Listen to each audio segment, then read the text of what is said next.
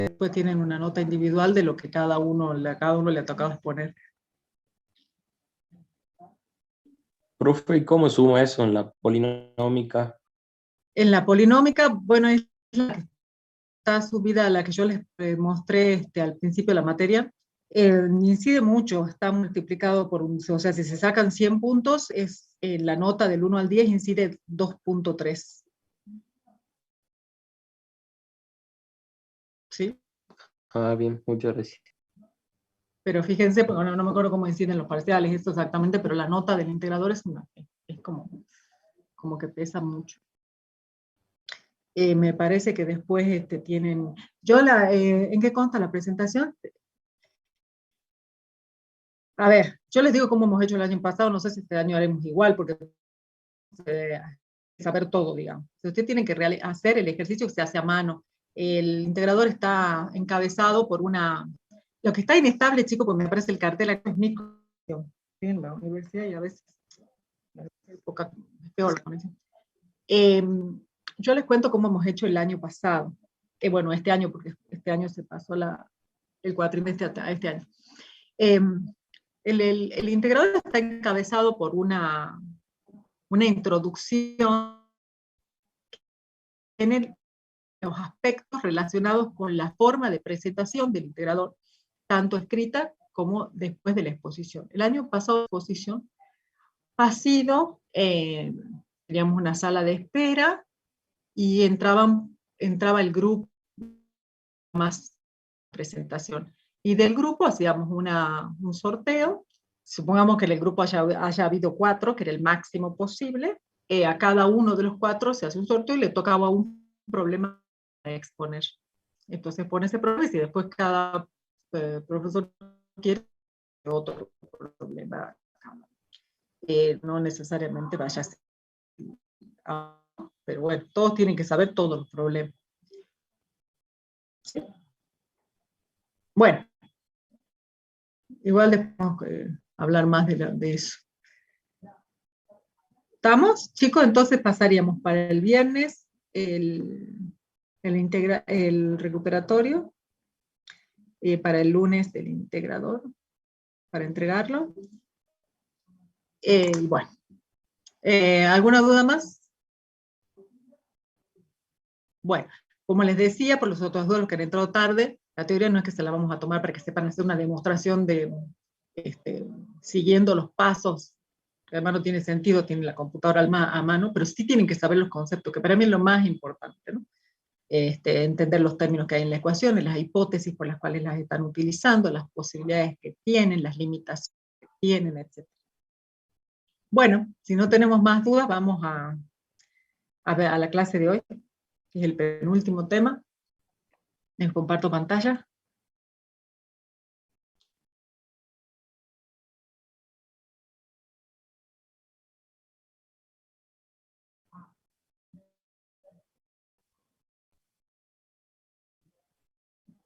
Bueno, vamos a empezar entonces con este tema que nos va a servir de paso, sobre todo la segunda parte, que son los criterios de resistencia. En el programa se llama teoría de rotura, pero eso es un nombre muy antiguo para llamarlo, se lo llama criterios de resistencia. Y vamos a ver energía de deformación.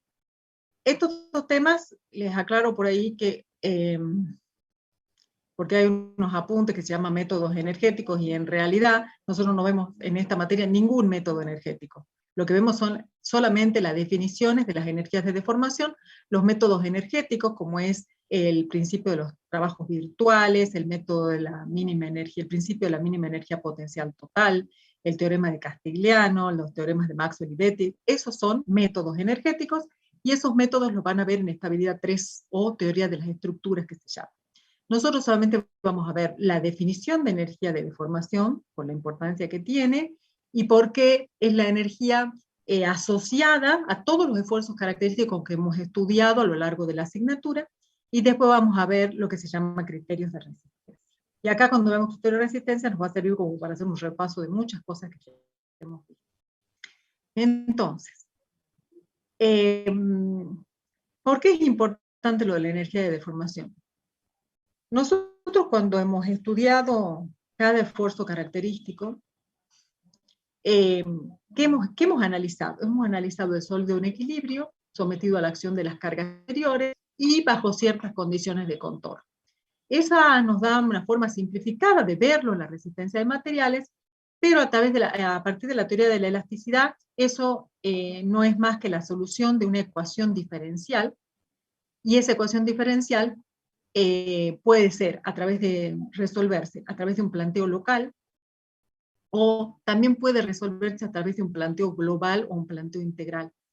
La energía de deformación se utiliza como un concepto fundamental para resolver una estructura según un planteo global o integral. Es decir, se hace el equilibrio energético de toda una estructura, y ese equilibrio energético después se resuelve, por ejemplo, una de las maneras de resolverlo, a través del método de los elementos finitos. Que bueno, ustedes después lo van a escuchar hablar mucho de esto. En la carrera no se ven los fundamentos del método por ahora. La idea es que en un nuevo plan de estudio ustedes vean los fundamentos, el método del elemento finito, porque después se usa mucho en el cálculo estructural, y digamos, un ingeniero no lo puede usar de memoria sin saber qué es lo que está obteniendo como resultado.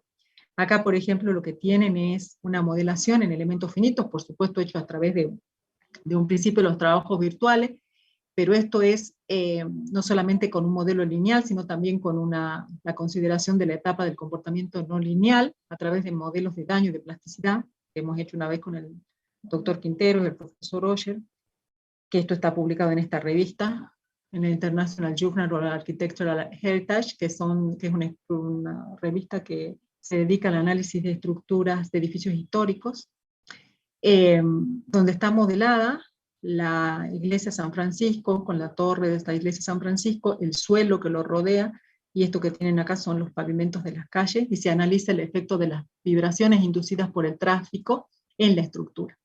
Entonces, ahora que lo vamos a ver de una manera muy simple, el concepto de energía de deformación, lo que nos permite a nosotros, o lo que les va a permitir en la asignatura que viene, que es teoría de las estructuras, bueno, estabilidad 3 se llama acá, teoría de las estructuras, es empezar con los planteos a nivel integral de la estructura. Una de los métodos que van a desprenderse de eso es el método de la matriz de rigidez.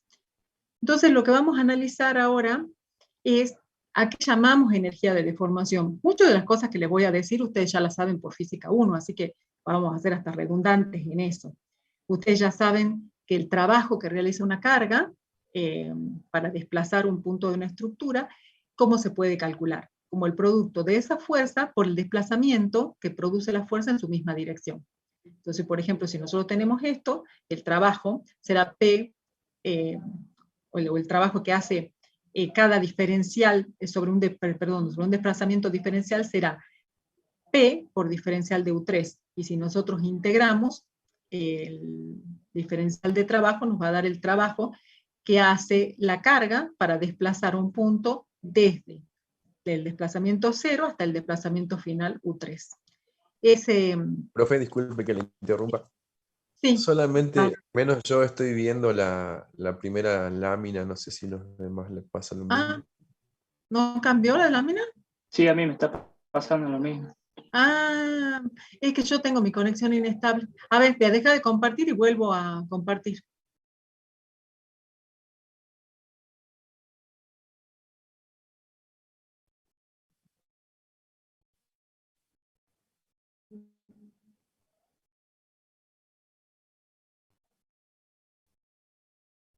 A ver. Ahí ven. Ay. A ver, esperen. Ahora, ¿ven una que dice introducción, concepto de energía de deformación? Se sigue viendo la primera. Pues no sé qué puede ser. A ver, voy a volver.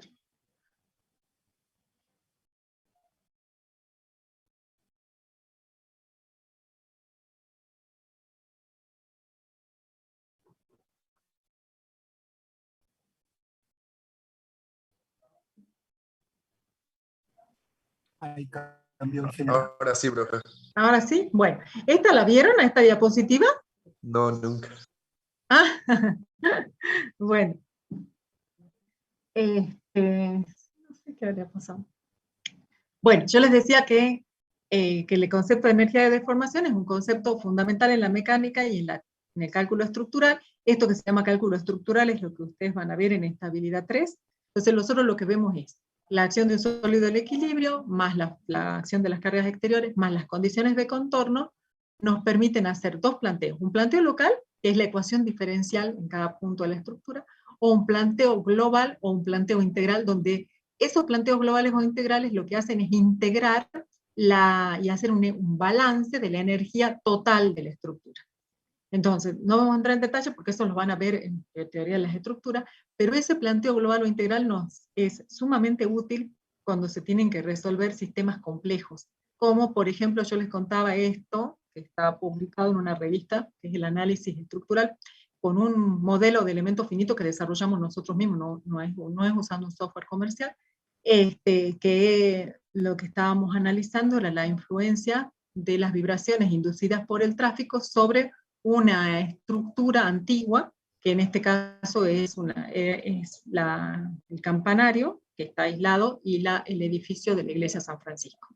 Entonces esto para que vean su utilidad, por ahora lo vamos a ver de una manera muy simple, pero esto es lo que da origen, el concepto de energía, a cálculos mucho más complejos de estructuras. Bueno, como les decía, el concepto de energía de deformación y el concepto de trabajo son conceptos que ustedes en Física 1 ya lo han estudiado. ¿Se acuerdan que el trabajo producido por una carga, en este caso el diferencial del trabajo, es la acción de la carga por el diferencial de desplazamiento que se produce en la dirección de la carga? Ese es el trabajo producido por la carga, ese es el trabajo de la fuerza exterior. Y si queremos encontrar el trabajo total, integramos entre el desplazamiento cero hasta el desplazamiento final la carga por el diferencial del desplazamiento. Y en los sistemas conservativos, la energía que está asociada a ese trabajo, ¿se acuerdan que la energía es la capacidad para realizar trabajo? Entonces la energía almacenada, en ese caso va a ser igual al trabajo y va a ser igual a esta misma integral. ¿En qué unidades se expresa la energía de deformación? Y la energía de deformación se expresa en unidades de fuerza por desplazamiento. Así que en el sistema internacional, ¿sí?, será Newton por metro, que es el Julio. O el Joule, ¿no?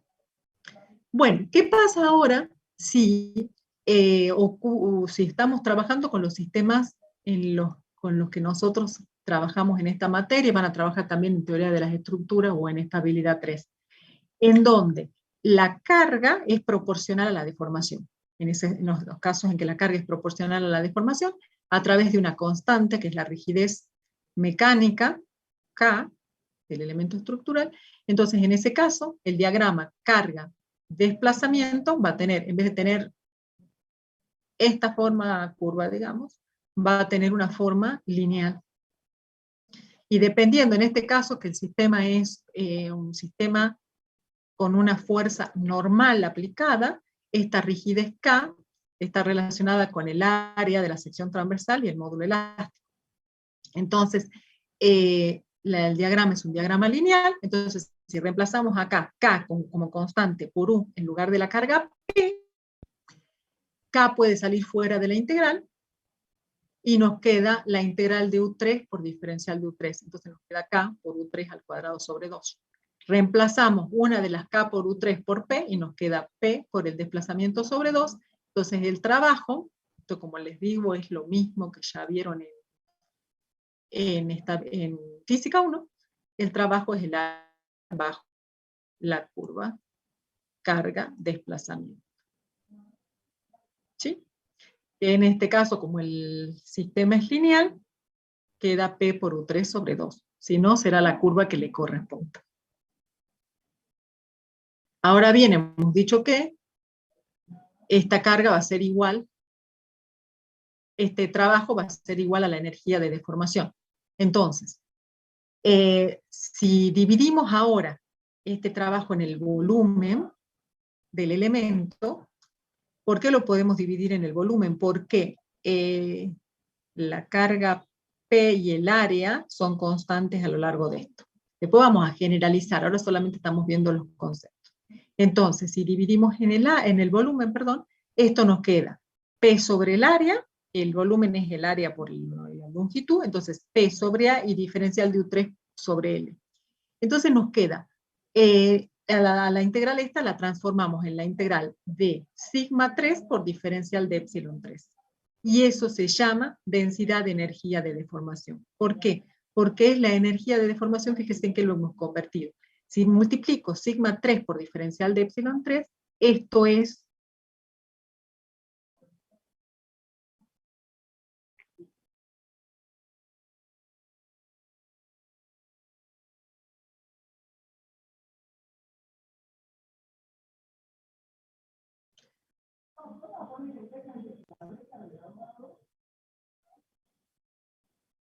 si nosotros tomamos un punto de esa barra que teníamos recién dibujada,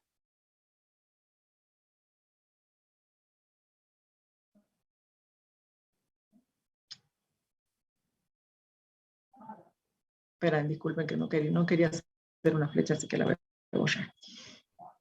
O sea, nosotros teníamos recién una barra que estaba empotrada en un extremo y sometida a la acción de una carga P en el extremo libre. Y acá teníamos la reacción de vínculo que también vale P. Entonces, todos los puntos de esta estructura, cualquier punto que yo tome, en el espacio por supuesto, van a estar sometidos a la acción de la misma tensión sigma, que vale el normal, que en este caso vale P para todos los puntos, sobre el área, que en este caso vale A, para todas las secciones transversales, porque no cambia la sección. Y es una sigma 3, porque tiene la dirección del eje X3. Entonces, este punto almacena una energía, y como es la energía del punto, es la energía por unidad de volumen. ¿Cómo la puedo calcular? Como sigma 3, y esto se ve por el desplazamiento en su dirección, y en su dirección es epsilon, diferencial de epsilon 3. Entonces vale sigma 3 por diferencial de epsilon 3. Esa es la densidad de energía de deformación. Entonces, como es una densidad de energía, esa energía de deformación se va a medir en joules sobre metro cúbico, o en kilojoules sobre metro cúbico. Esa densidad de energía de deformación podemos calcularla en diferentes puntos. Ahora el diagrama que tomamos, como es en un punto de la estructura, es el diagrama sigma epsilon. Entonces, si calculamos la energía de deformación almacenada hasta el punto donde el comportamiento deja de ser lineal, o sea, hasta sigma P, sería acá, entonces ahí se cumple la ley de Hooke. Y esta energía almacenada tiene un nombre porque es una propiedad del material. La sacamos del diagrama sigma, esto es una propiedad del material, y esta que está acá, bajo esta curva tensión-deformación,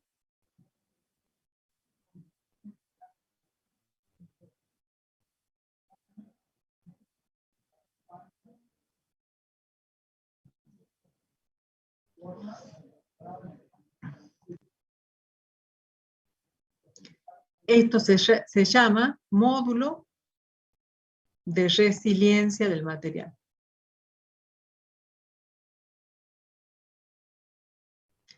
Y ese módulo de resiliencia nos da una idea de la magnitud de la energía que se almacena en el material durante el periodo de comportamiento elástico del material, o sea, mientras vale la ley de Hooke. Si nosotros integramos la energía almacenada desde acá hasta la tensión última, todo esto que está acá, o sea, lo que está gris oscuro, ese es el módulo de tenacidad del material, y nos da una idea de la energía almacenada hasta que se alcanza la rotura del material. Y acá, por ejemplo, tenemos la comparación de dos materiales. Un material que tiene más resistencia, fíjense, porque esta es la tensión a la que llega la tensión última, y esta es mucho más chica, la tensión a la que puede llegar, pero sin embargo, el material de arriba, lo llamamos a este material A y a este material B, ¿cuál es la diferencia entre los dos? Este es más resistente, el A, pero primero es menos dúctil, porque se deforma solamente esto antes de romperse, mientras que el material B se deforma todo esto antes de romperse. O sea, el material B es más dúctil. Pero a la vez, el área que está bajo el diagrama tensión-deformación total es menor que el área que está bajo el diagrama tensión-deformación del material B. O sea que el material B es más tenaz, tiene más tenacidad que el material A. ¿Mm? Es más dúctil, tiene más tenacidad, pero este A es más resistente. Bueno, eso era como para que repasemos un poco las propiedades de los materiales.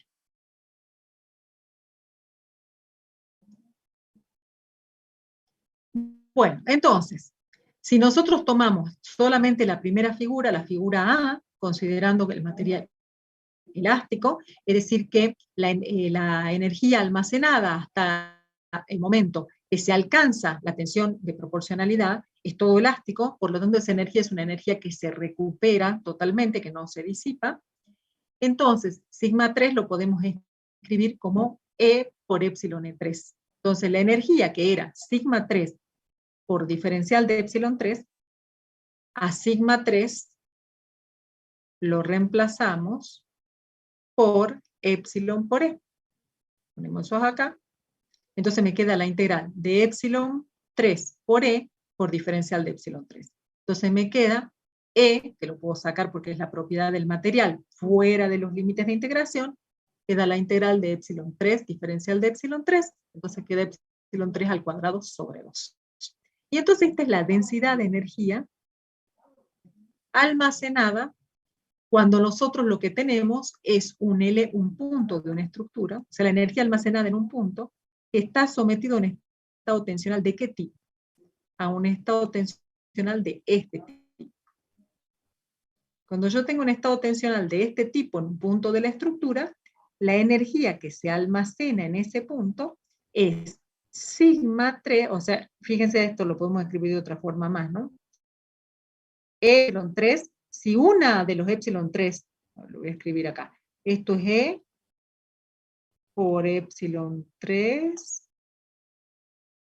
por epsilon 3 de nuevo, lo escribo separado al producto al cuadrado de epsilon 3 sobre 2, entonces, este que está acá es uno de los sigma 3. Entonces hay varias formas de escribir esto. Lo escribimos así, como E por epsilon 3 al cuadrado sobre 2, o como sigma 3 por epsilon 3 sobre 2, o también como sigma cuadrado sobre 2, y acá me falta el 3. Si ponemos la ley de Hooke despejando epsilon 3 como sigma 3 sobre E, podemos poner esto como sigma 3 cuadrado sobre E, se va el E con el E y nos queda así. Esas son las diferentes formas de escribir. Vamos a usar mucho esta, digamos, esta que está acá. ¿Por qué? Porque es análoga al de toda una estructura como P por el desplazamiento sobre 2. ¿Sí? Entonces, esta es la densidad de energía de deformación. Entonces, cuando yo tenga un punto de una estructura que está sometido a tomo un punto de la estructura, y ese punto de la estructura tiene esta forma de estado tensional, la energía que se almacena en este punto, la energía elástica, es sigma 3 por epsilon 3 sobre 2, o bien sigma 3 al cuadrado sobre 2 veces E, o bien así. Las tres formas son equivalentes de escribir. Ahora yo les hago una pregunta, lo hago a la inversa. ¿En qué estructuras tenemos puntos que estén sometidos a un estado tensional como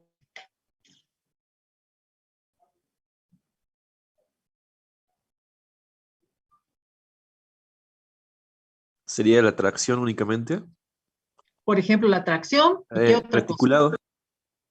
Por ejemplo, sí, un punto de una estructura reticulada. Bien. ¿Y qué punto hablamos? Perfecto, una barra sometida a tracción sería un punto de una barra sometida a tracción. ¿Y qué otro punto puede estar sometido a ese estado?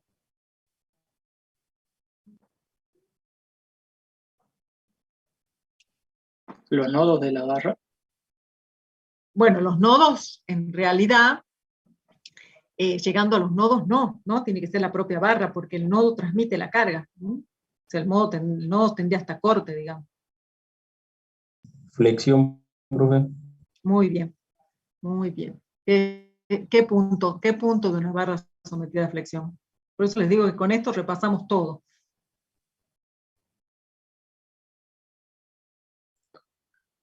¿Cómo?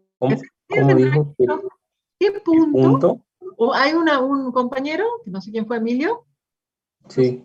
Bueno, vos, Emilio, dijiste que una barra sometida a flexión. Entonces yo te pregunto, primero, si me decís que es flexión, o sea, está bien lo que has contestado, está perfecto, pero ¿qué punto? ¿Qué punto y cómo tendría que ser la flexión? ¿Sería flexión pura Muy bien. o, por Si ejemplo? es flexión pura, puede ser cualquier punto. Porque si es flexión pura, no hay corte. Y si no hay corte, todos los puntos de la sección están sometidos a un estado tensional como este. ¿Cuál es la diferencia? Esto les viene bien para pensar porque preguntas así van a ser las del integrador, ¿no? ¿Cuál es la diferencia entre este punto sacado de una barra sometida a tracción, que puede ser la que hemos visto en la diapositiva anterior, o este punto sacado de una barra sometida a flexión pura? ¿Cuál sería la diferencia? Que en la que está sometida a flexión pura no va a tener la misma tensión en toda el área transversal. Correcto. Muy bien. No sé quién fue, Lautaro, fue el que me contestó. Sí. Bien, perfecta. Esa es la respuesta. Cuando nosotros tenemos sometida a tracción la barra, yo tomo una sección transversal que tiene un determinado normal. Todos los puntos de esa sección transversal están sometidos al mismo sigma 3. Así que la energía de ese punto es la misma en todos los puntos de la sección.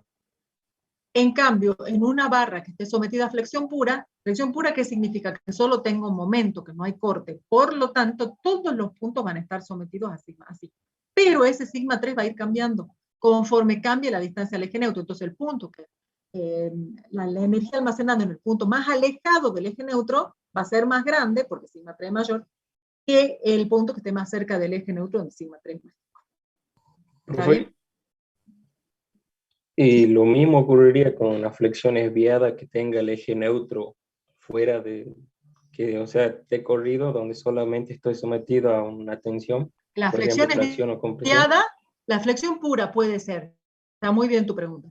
Eso sería para la flexión normal o para la flexión pura desviada. Para los dos sería el mismísimo caso. Solamente la única diferencia es que en la flexión desviada el eje neutro no es perpendicular a la línea de fuerza. En cambio, en la flexión pura normal, el eje neutro sí es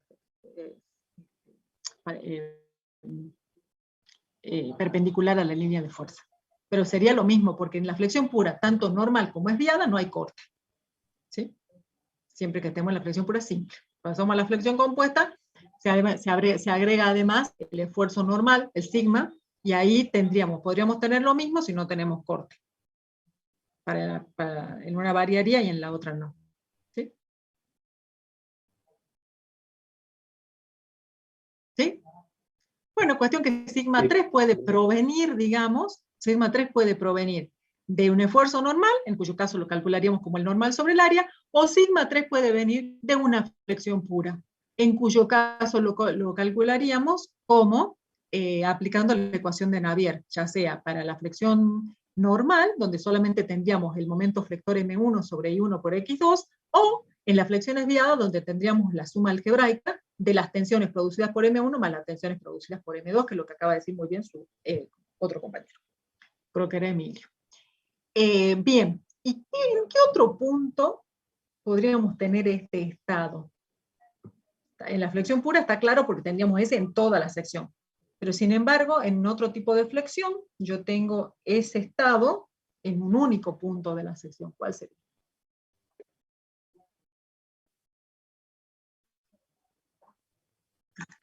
¿Qué pasa en la flexión simple, por ejemplo? En la flexión simple, donde el momento donde hay corte. Varía sigma 3 de acuerdo a la posición en el largo de la barra. Varía sigma 3 en el largo de la barra, correcto. Ahora pongo muy bien, pero me pongo en una determinada área. Me paro en un punto, donde tengo momento y tengo corte. ¿Hay algún punto de esa sección, donde tengo momento y corte, que yo tengo un estado tensional así? En los extremos. Exactamente. Las fibras más alejadas, por más que yo tenga corte, o sea, tengo un Q, pero no tengo tau en algunos puntos.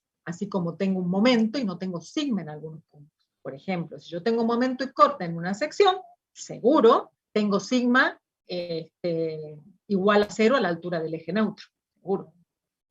Y tengo tau igual a 0 en las fibras más alejadas. Por lo tanto, este punto representa el de las fibras más alejadas del eje neutro para arriba y en la fibra más alejada del eje neutro para abajo. ¿Sí? Quiere decir que si para la densidad de energía, o sea, la energía en un solo punto, me bastaría esta para calcular la energía en ese punto, pero si yo quiero calcular la energía en toda la estructura, tendré que sumar las energías producidas por la tensión normal, más la energía producida por la tensión cortante o tangencial. Que ahora lo vemos. Entonces agréguenle el 3 acá que me faltó, ¿no? No,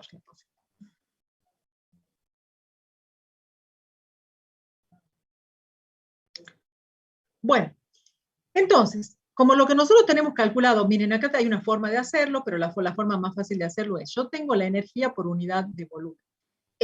Para calcular la energía total, directamente, como esta es una energía por unidad de volumen, acá se los explico así porque antes lo hemos hecho como un cociente, pero ahora para un caso particular, la forma más fácil de verlo es que mi energía por unidad de volumen, porque es la energía de un punto, directamente la podemos calcular como la energía total almacenada en la estructura por diferencial de volumen. Por lo tanto, si despejamos acá el diferencial de energía, esto pasa para acá multiplicando. Entonces la energía total almacenada, o sea, U chica entonces es igual a diferencial de U por diferencial de volumen. Perdón. Escribiendo al revés.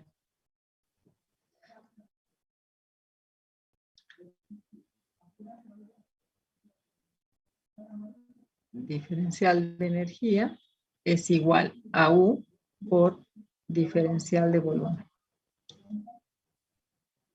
Entonces, si nosotros queremos calcular la energía total almacenada en un elemento estructural, o en una estructura completa, pero por ejemplo en un elemento estructural que pueda ser una viga o una barra de un reticulado, etcétera, lo que tengo que hacer es integrar en el volumen, este B es de volumen, y este diferencial de B es de volumen también, la energía por unidad de volumen por diferencial de B. Y ese diferencial de B, como vamos a ver en las diapositivas siguientes, generalmente se escribe como diferencial de área por diferencial de X3. Entonces la integral en el volumen se transforma en una integral en el área por una integral a lo largo de la longitud. Entonces, si la energía que estamos, que tiene un punto o todos los puntos de la estructura es solamente una energía de la sigma, entonces esta integral será la integral de sigma cuadrado sobre 2e. Y se puede integrar en función de sigma o en función de epsilon. Eso ya lo vamos a ver, porque se lo he puesto en sigma. O sea, usando esta ecuación que está aquí. Profe, sí. La U chiquita siempre termina siendo el sigma cuadrado sobre 2e, o no, para cualquier tipo de... No, es para sigma nada más. Para tau es el análogo, pero para tensión tangencial. Eso lo vamos a ver enseguida. ¿Sí? Sí termina siendo sigma, independientemente de cómo yo haya calculado la sigma, porque esto a mí nada más me está diciendo que nosotros tenemos un elemento, un punto de una estructura. Esto nada más me está diciendo a mí que yo tengo un punto de la estructura, que siempre lo representamos con un elemento diferencial sometido a tensiones, y ese punto de la estructura está sometido a una tensión normal, sí. Eso nos está diciendo esto. Entonces, ¿de dónde salió este sigma? No lo sé. Yo se los hice como ejemplo al principio, que es el caso más fácil, que tenga una barra sometida a tracción. Pero a mí lo único que está, yo podría haber empezado al revés de la clase, diciéndole, bueno, nosotros tenemos un punto de una estructura que está sometido a la acción de tensiones normales sigma. Entonces, sigma provoca un desplazamiento en la dirección de sigma, si esto es sigma 3, será epsilon 3. Luego, hacemos la integral de sigma 3 por diferencial de epsilon 3, y para el caso elástico nos queda esto. Podríamos haber empezado así la clase, ¿sí? Y eso es la energía almacenada en el punto. Como es almacenada en el punto, es por unidad de volumen. Luego, integrando esa energía en todo el volumen del cuerpo, nos da la energía total de deformación. ¿Sí? Pero esto es solo para sigma. Ahora, está bien tu pregunta, de cuánto vale ese sigma, y bueno, depende, o sea, qué relación tiene con la carga aplicada, y bueno, tiene la relación con la carga aplicada dependiendo del esfuerzo característico que la haya originado. ¿Sí? Por eso yo les decía qué casos podían ser. Ah, bien, gracias, profe. Bien, entonces, entonces yo digo que la energía almacenada en el volumen del cuerpo la puedo calcular como sigma cuadrado sobre 2e, que es la energía por unidad de volumen por diferencial de B. Y como está, fíjense el módulo elástico acá en esta ecuación, solo vale para deformaciones elásticas, y por eso se llama energía de deformación elástica del cuerpo. Bien, ahora vamos a ver cómo calculamos entonces la energía total almacenada, que es lo que bien preguntabas vos. Yo tengo que es sigma cuadrado sobre 2e. Esa es la energía almacenada. Pero tengo que, entonces sigma tiene que haber sido originada por algún esfuerzo característico que me dé como resultado una tensión sigma. En este caso puede ser, por ejemplo, esta estructura que está sometida, y ese normal en este caso va a ser siempre igual a P en este ejemplo. Ese normal, entonces, en lugar de sigma, ponemos lo que lo origina, que es el normal sobre el área, o sea, P sobre el área. Entonces, en vez de sigma cuadrado, pongo n cuadrado sobre a cuadrado, P cuadrado sobre a cuadrado, y sobre 2 veces E, por diferencial de volumen. El diferencial de volumen lo vamos a separar en dos partes, en diferencial de área por diferencial de X3. Entonces, fíjense que la integral del diferencial de área, ¿qué me da? Me da el área. Entonces, un área se cancela con el área esta. Y me queda la integral entre 0 y L de P cuadrado sobre A por 2G por diferencial de X3. Y esta ecuación es una ecuación general. Esta ecuación que tiene ese recuadro acá es la que tendría yo que usar para calcular la energía. Ahora, ¿por qué? Porque en este caso el normal es constante y vale P, pero yo podría tener un normal variable a lo largo del eje X3. Entonces, cuando yo integro entre 0 y L, este P, en vez de ser P, podría ser un normal que va a ser función de X3.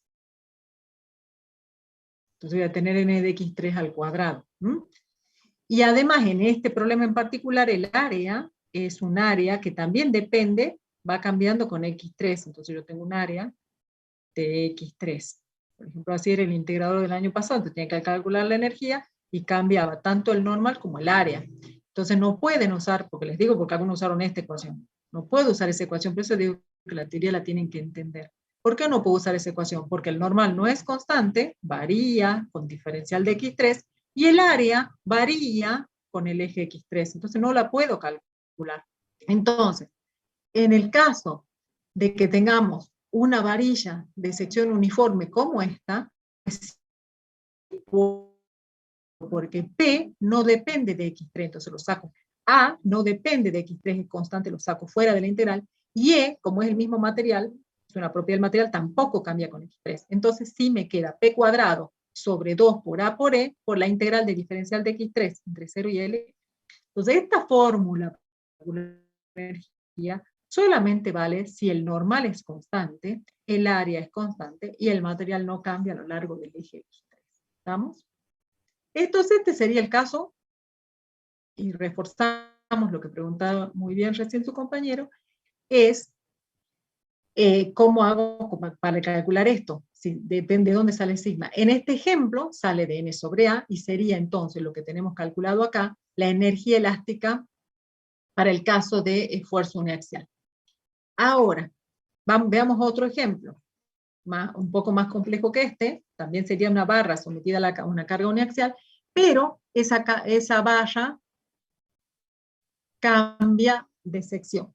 Entonces, de manera discreta, aquí cambiaba de manera constante. Si yo hubiera querido, o de manera uniforme, si yo hubiera querido calcular la integral entre 0 y L a lo largo del eje X3, hubiera tenido que encontrar una ecuación del área en función de X3. Tendría que tener una ley de cómo va variando, por ejemplo, el radio, entonces poner pi por el radio al cuadrado, y el radio va a ser función de X3, y voy a hacer esta integral.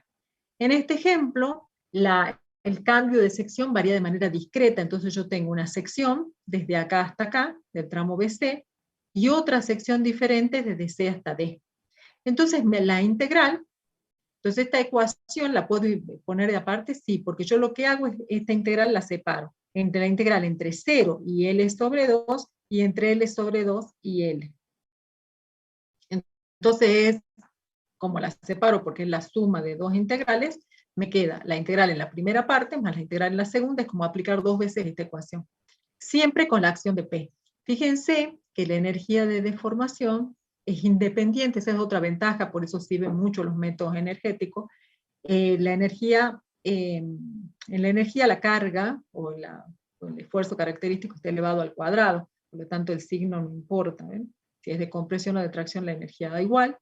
Y es P cuadrado por la mitad de la longitud sobre 2 por A por E más P cuadrado por la mitad de la longitud sobre el área. Y el área es N cuadrado veces este área, sobre 2 por A por E. Bueno, se puede acá trabajar matemáticamente con esta expresión. Y si la sección es constante, o sea que N es igual a 1 porque las dos áreas son iguales, se recupera la forma esta, si fuesen todas de la misma área. Pasemos al otro ejemplo, que es lo que preguntaban recién. Parto, fíjense, de la misma ecuación de la energía, porque ahora tengo una barra que está sometida a flexión y corte. Entonces, en cualquier punto X3 yo voy a poder, en cualquier punto ubicado a una distancia X3, por las reacciones de vínculo, expresaré la ecuación de momento, y un punto determinado a una distancia X3 tendrá un determinado momento M1 de X3. Entonces la ecuación de sigma, o de sigma 3, va a ser M1, que es función de X3, sobre I sub 1 por X2. Entonces, ese M1 lo vamos a escribir en función de X3, y por supuesto aquí tenemos un momento complejo, así que tendremos varias ecuaciones de momento, y tendremos que integrar entre 0 y esta primera sección una de las ecuaciones de momento, entre esta sección y la carga otra ecuación de momento, entre la carga y esta carga distribuida otra ecuación de momento, así iremos dividiendo la integral a lo largo de L. Por eso esto que está acá va a ser la suma de varias integrales de acuerdo a cómo cambia el momento en las distintas secciones, expresión final. Entonces lo único que hacemos acá, en vez de poner este sigma, que antes lo poníamos como el normal sobre el área, ahora lo ponemos como el momento sobre el momento de inercia por M1 sobre I1 por X2. Entonces esto lo ponemos al cuadrado, esto es sigma cuadrado, sobre 2 veces E, que está acá, y al diferencial de volumen lo dividimos en diferencial de A por diferencial de X3. Entonces, la integral en el volumen es la integral en la longitud por la integral en el área. Y bueno, esta parte va a ser una constante, luego puede salir fuera de la integral, pero no hay problema, digamos que lo dejen o lo saquen, después lo sacamos al final. Y nos queda esto, si distribuimos el cuadrado, es M1 cuadrado sobre I1 cuadrado por X2 cuadrado. Diferencial de área, diferencial de X3. Entonces, fíjense que acá, X cuadrado por diferencial de área, y fíjense lo que hacemos. 1 sobre 2 por E, lo paso acá fuera de la integral en el área. Y M1 sobre I1 cuadrado también fuera de la integral en el área, porque M1 depende del área. El M1 es constante en un área determinada. Entonces me queda directamente esto, lo sacamos fuera del área, pero dentro de la integral de la longitud, porque M1 varía con la longitud. Y esto también lo sacamos fuera, como acá. Entonces me queda la integral de X cuadrado, X2 cuadrado por diferencial de área. Y esta integral de X2 cuadrado por diferencial de área no es otra cosa que el momento de inercia axial respecto del eje 1. Entonces se simplifica este I1 con el cuadrado y directamente queda M1 cuadrado sobre 2 por E por I1. Y diferencial de X3. Entonces, esta expresión es la expresión general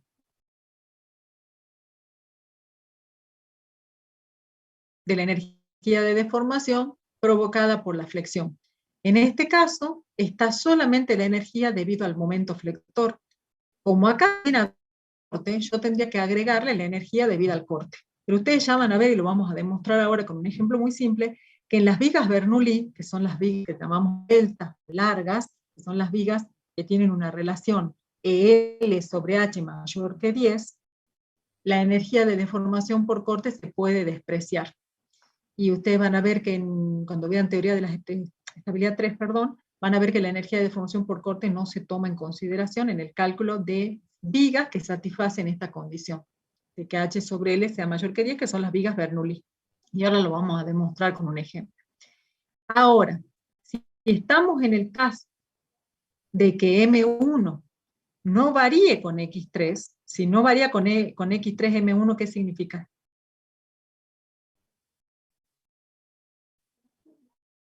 Si M1 no varía con X3, significa que M1 es constante a lo largo de la barra. Y si M1 es constante a lo largo de la barra, ¿qué significa? Es flexión pura.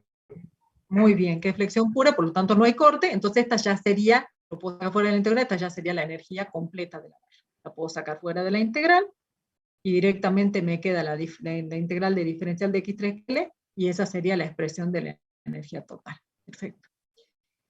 Entonces, veamos, que viene un ejemplo ahora, ¿me acuerdo? Sí. Supongamos entonces que tengamos esa barra. Esa barra está sometida a una flexión simple, porque el LM varía a lo largo de la barra, por lo tanto también hay corte. Entonces el M1 de X3 vale menos P1 por X3. Quiere decir que no puedo aplicar esta ecuación porque M1 no es constante, es variable. Tengo que aplicar esta, la que integramos. Entonces lo escribo a M1 en función de X3, tengo un solo tramo para el momento, y sería M1 al cuadrado sobre 2 por E por I1 diferencial de X3. M1 al cuadrado sería P cuadrado por X3 cuadrado. Sobre 2 por E por I1, e integramos, y nos queda directamente P cuadrado por L cubo sobre 6 por I1. Ahora, esta energía que está acá la vamos a utilizar luego, porque esta energía es parte de la energía acumulada en la barra, y es la energía debido exclusivamente a la flexión. Tengo que agregarle, porque acá hay un corte constante que vale P, tengo que agregarle la energía de deformación por corte. Entonces vamos a ver qué pasa con la energía elástica de deformación por unidad de volumen para la tensión tangencial. Entonces en ese caso, de manera análoga a lo que vimos para el caso de tensión normal, la energía de deformación la podemos calcular como la integral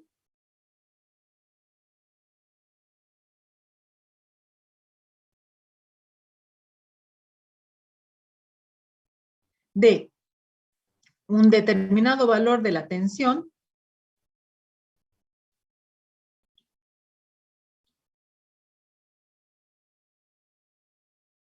por el diferencial de tau, que sería este pedacito de acá. ¿Sí? Si lo integramos entre 0 y gamma, me da la energía de deformación acumulada en el punto, o en el elemento forzado que es un punto de una estructura, que esté sometida a tensiones tangenciales como la que tienen acá. Entonces, esta sería la energía de deformación por unidad de volumen debido a un esfuerzo tangencial.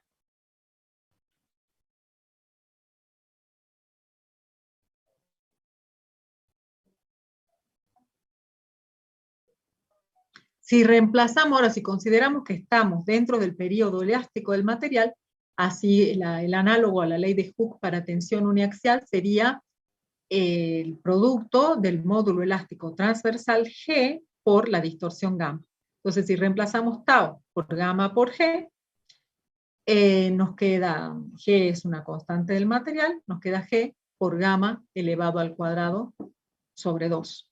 Y eso igual que el sigma, para la tensión sigma, lo podemos escribir así, o bien, uno de los gamma por G lo reemplazamos por tau y nos queda tau por gamma sobre 2, o tau cuadrado sobre 2 veces.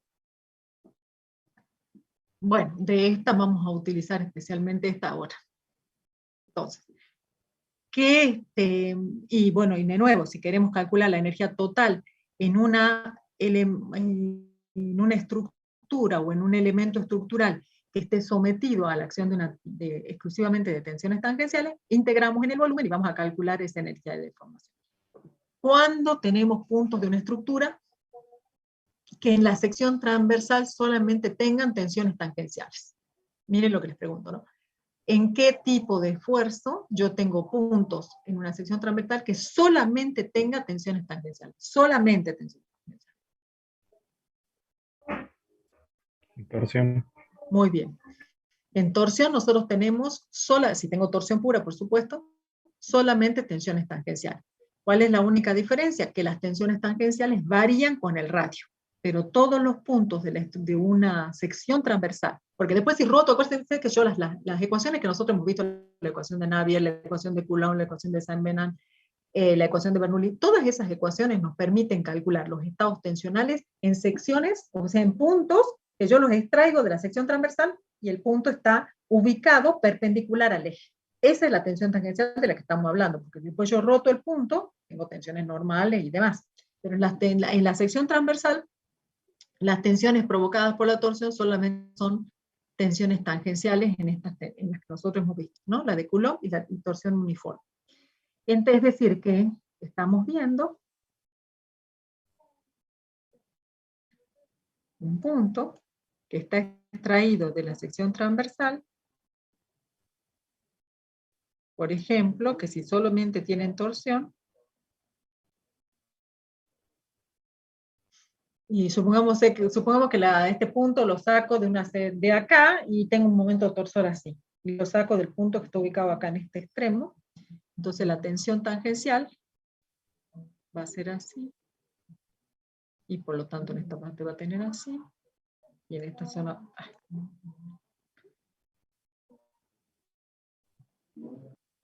va a ir así para arriba, por el teorema de Cauchy, y acá va a ir así. La que calculamos nosotros de manera directa, con la ecuación, por ejemplo, si fuese una sección circular de Coulomb,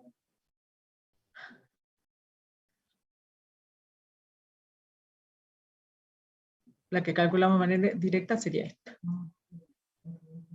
Entonces, ¿cuál es la diferencia? Que ese tau va variando en función del radio, va variando en el área. Y voy a tener distintos valores de tau, pero solamente tengo tensión tangencial si fuese, por ejemplo, una sección circular sometida a torsión pura. Entonces, de la misma manera que hemos hecho recién, ahora vamos a ver cómo lo aplicamos a una sección donde tenga solo torsión. Y después, análogo a lo anterior, ¿qué pasa si además de torsión tenemos otra cosa encima? Así como me preguntaron muy bien hace un rato, no me acuerdo quién había sido, Emilio, el tau puede provenir de diversos esfuerzos característicos. Puede provenir de la torsión, y en ese caso, con esta ecuación me bastaría para calcular la energía de deformación, porque si tengo torsión pura, solamente tendría tau.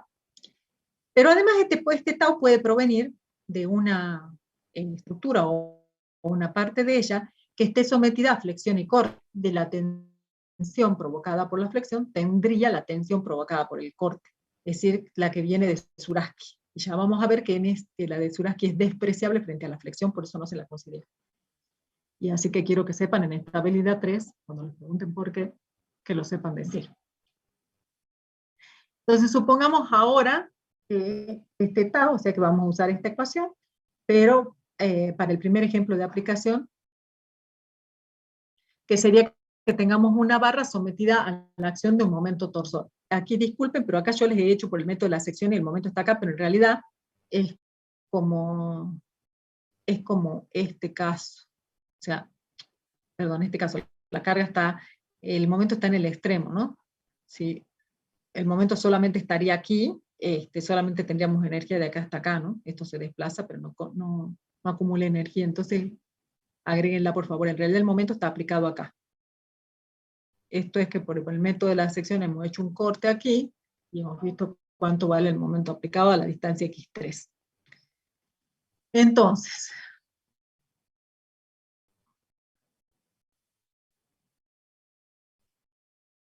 Entonces, nosotros tenemos una tensión tau que vale el momento torsor por la distancia del eje de la pieza a la fibra donde estamos calculando tau sobre IP. O sea que este ρ es variable, porque es la distancia que hay desde el centro hasta cualquier punto donde estemos calculando la tensión acá, más acá, donde sea.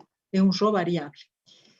Entonces, regresamos, o sea, nos queda la integral en el volumen, que es la integral de la longitud por la integral en el área de 1 sobre 2G por tau al cuadrado.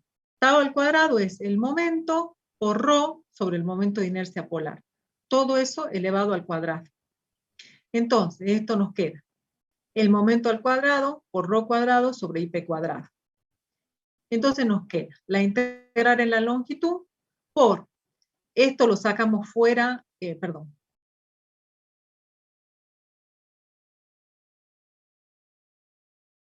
Uno sobre 2G lo puedo sacar fuera de la integral en el área y el momento torsor al cuadrado sobre IP también. Eso, lo único que varía en el área es la distancia ρ. Nos queda ρ cuadrado, divide, bueno, esto lo puedo sacar o dejar acá, lo dejé para cancelarlo, pero es lo mismo. Esta integral, la integral de la distancia ρ cuadrado por diferencial de área en el área es el momento de inercia polar IP.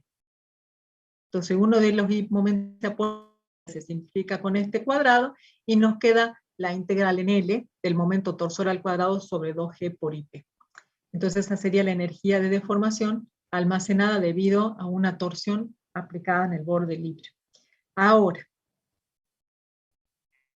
si el momento torsor es constante a lo largo de la barra, el área es constante. Entonces directamente esta integral a lo largo del eje X, todo lo que está aquí adentro es constante, sale fuera de la integral y queda la integral de X3 que es L. Nos queda esta ecuación que está acá. Pero la ecuación general es esta. ¿Sí? Si todo es constante, queda esta. Si en este caso estaríamos resolviendo este problema de arriba, lo que sería variable sería el momento de inercia polar, porque el momento de inercia polar quedaría en función de un ρ, y esa distancia es variable, así como variaba el área hace un rato, ¿no? Entonces ahora vamos a ver un ejemplo fácil, que es este, que es similar al ejemplo que hemos visto con la carga normal, pero solamente que lo que está aplicado, en vez de estar aplicado un esfuerzo normal, está aplicado un momento torsor. Entonces acá tenemos un diámetro D, y acá tenemos n veces el mismo diámetro.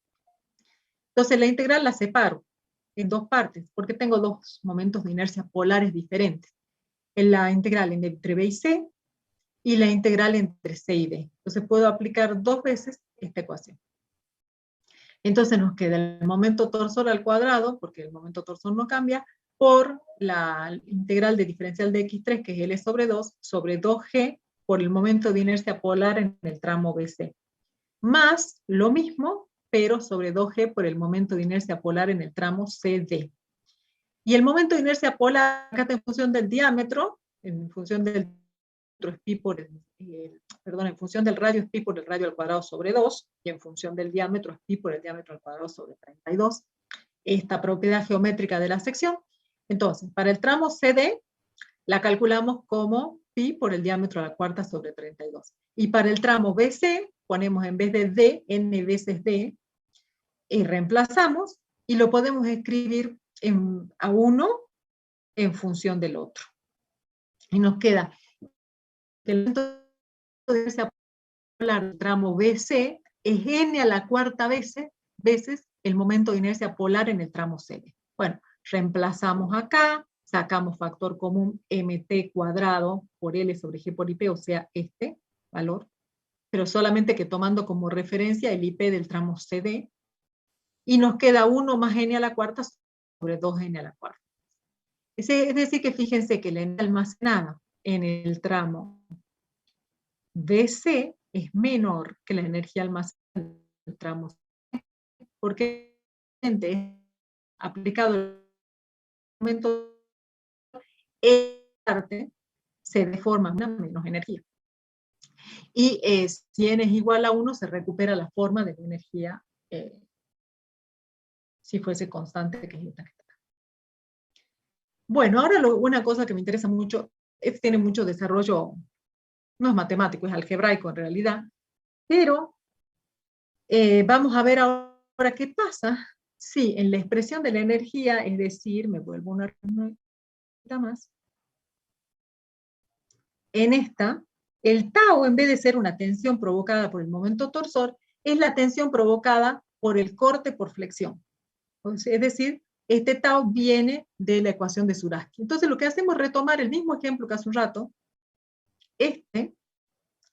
al que nosotros le habíamos calculado esta energía, debida solamente a la flexión, que valía P cuadrado por L cubo sobre 6 por E por I1, y le agrego la energía provocada por el corte. O sea, provocada por la acción del corte constante, que es P. Entonces, ¿qué tengo que hacer? Reemplazar en la energía, por eso le he puesto el nombre acá, energía debido a momento. Ahora la energía debido al corte va a ser la misma ecuación, tau al cuadrado 3,2 sobre 2G, pero en vez de tau al cuadrado voy a poner esto que está aquí al cuadrado. ¿Sí? Entonces queda 1 sobre 2G por 3 sobre 2 por P sobre B por H, por 1 menos esto que está acá, no es otra cosa que escribir el momento estático y el momento de inercia de una sección rectangular para cualquier distancia x2. O sea, esto lo deben haber estudiado para el parcial. Este es el eje x2, porque es el eje de inercia menor de la sección, y este es el eje x1. Entonces toman un diferencial de área de acá, y escribimos el momento estático en función de la distancia al eje neutro, y obtenemos, te ponemos I1 como B por H elevado al cubo, porque es una sección rectangular, sobre 12, eso es I1, y escribimos el momento estático, es S1 asterisco, que es variable, de acuerdo a la distancia al eje neutro, ¿sí? Tomando un diferencial de área así. Bueno, llegan a una expresión de este tipo. Eso lo vimos ya cuando vimos la ecuación de Zuraski, así que no lo vamos a repetir. Pero esto viene de acá. O sea que hasta aquí solamente lo que hemos hecho es reemplazar para esta ecuación de Zuraski, en vez de Q2, P, y en vez de B, I1 y S1, las expresiones que le corresponden. Y nos queda una descripción parabólica del tau, como ya lo saben, por la expresión de Zuraski. Bueno, reemplazando solamente que ahora hay que, esto como les digo, ya esto todo matemática, hay que elevar al cuadrado este tau de 3,2, o sea, todo esto al cuadrado. Entonces nos queda 1 sobre 2G, 3 al cuadrado es 9, 2 al cuadrado 4, P cuadrado, B cuadrado, H cuadrado, y la integral en el volumen de esta parte que está elevada al cuadrado. Y el volumen lo podemos escribir como diferencial de área, como B, que es el diferencial de área por diferencial de X2, por diferencial de X3. Bueno, este B se cancela con el B cuadrado, y la integral se transforma en la integral en x2 y la integral en x3. Entonces, la integral en x2 es entre menos h sobre 2 y más h sobre 2 por la integral de diferencial de x3. Bueno, resolvemos esta integral. Y al resolver esta integral, nos queda que la energía de deformación debido al corte es 3/5 P cuadrado por L sobre G por A. Bueno, fíjense que la energía por fricción era P cuadrado por L al cubo, y acá está por L nada más, sobre 6E por I1, y acá está P cuadrado por L. Entonces la energía total va a ser la suma de la energía por fricción más la energía por corte. O sea, P cuadrado L cubo sobre 6E por más 3/5 de P cuadrado por L sobre 5G por A. Bueno, pero para ver, o sea, acá es claro, fíjense que esto está L al cubo y esto está L solo, o sea que ya vemos que va a haber una diferencia, esta energía va a ser mucho más grande que esto. Pero podemos hilar un poco más fino y darnos cuenta más de la magnitud de la diferencia entre las dos energías. Entonces, para darnos cuenta de eso, vamos a sacar factor común la energía de deformación debida a la flexión. Sacamos factor común, entonces nos queda por 1, más algo que tenemos que ver que sea mucho menor que 1, para que prime la energía por flexión. Veamos si es cierto. Entonces esto nos queda 3G por H cuadrado sobre 10G por L cuadrado. ¿Qué vamos a hacer? Sabemos que hay una relación entre G y E la relación entre G y E. Recuerden que G, que es una propiedad del material, es el módulo elástico E sobre 2 por 1 más el coeficiente de Poisson. ¿Sí? Eso es lo primero que sabemos. ¿Y qué más sabemos? Que el coeficiente de Poisson, como mucho, puede llegar a 0,5. Siempre es menor que 0,5. Entonces, para tomar del caso más desfavorable, lo vamos a poner como 0,5. Nunca va a llegar a 0,5, siempre es menor, pero tomando el caso más desfavorable, lo vamos a poner 0,5, para que podamos simplificar los módulos elásticos de aquí. Entonces, eso es lo que está hecho en la próxima diapositiva.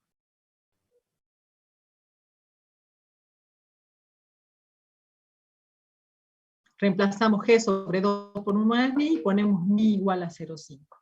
Entonces, bueno, hay cosas que se van a simplificar. Y además vamos a tener en cuenta lo siguiente, que como nosotros trabajamos con vigas Bernoulli, es decir, que vigas que cumplen la hipótesis,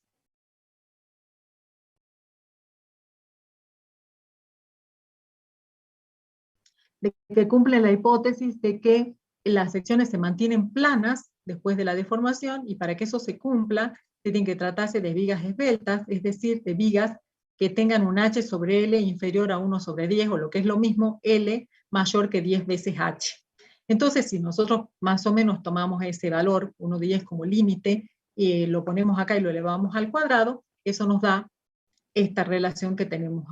Bueno, acá todavía no está puesto.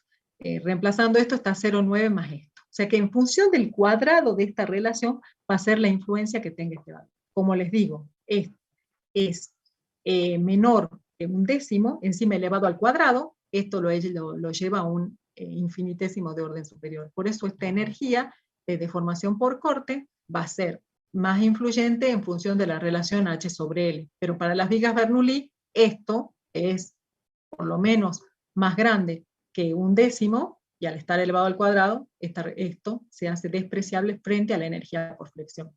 Y por eso en este tipo de vigas, esta energía se desprecia. Y ya van a ver en teoría de las estructuras que se trabaja solamente con la energía de deformación por flexión, más axil y más todo lo demás, pero no se toma en cuenta la del corte. Ustedes la van a tener que calcular en el integrador seguramente, y les va a dar un número. Me parece que acá todo es como es teoría, no tenemos el valor de H, ni el valor de L, ni el valor de P, pero ustedes la van a poder calcular y van a ver que efectivamente es despreciable. Ahora, ¿qué pasa si nosotros tenemos un estado tensional complejo? No vamos a ver de dónde salen las expresiones de cada tensión, pero sí que tengamos un estado tensional que proviene de un elemento esforzado que está sometido a una variedad de tensiones en todas sus caras, como estas que tenemos aquí.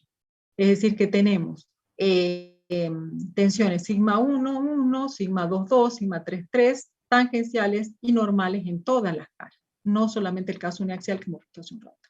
Entonces, la energía total, hace un rato hemos visto solamente que teníamos esta tensión y esta. Bueno, no, vamos a suponer un caso más general, solo para darle generalidad, porque ustedes, en lo que veamos en esta materia, vamos a tener generalmente estos dos casos. A lo sumo podrán tener una tensión más si tenemos un cilindro de pared delgada sometido a tensiones. La suma, la energía de deformación almacenada en un punto va a ser la suma de las energías almacenadas debidas a la acción de cada una de las tensiones y de las tensiones tangenciales. Si estamos trabajando en tensiones principales, bueno, perdón, acá lo que no les dije es, entonces, como es un caso triaxial, entonces, A que era igual a epsilon 1 en el caso triaxial.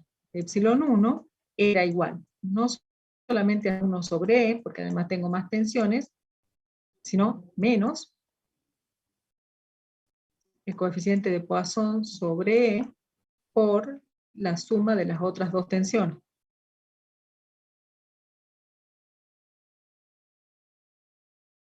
Entonces, si reemplazamos epsilon 1 por esto, lo mismo pasa con epsilon 2 y lo mismo pasa con epsilon 3, reemplazamos por la ley de Q generalizada, bueno, y sacamos factor común, operamos matemáticamente,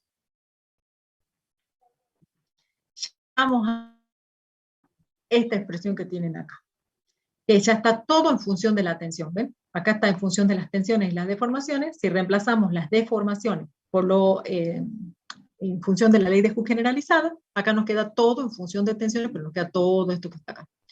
Si estuviéramos trabajando en planos principales, los planos principales, ¿qué pasa con la tensión tangencial? En planos principales las tensiones tangenciales valen 0, entonces se anularía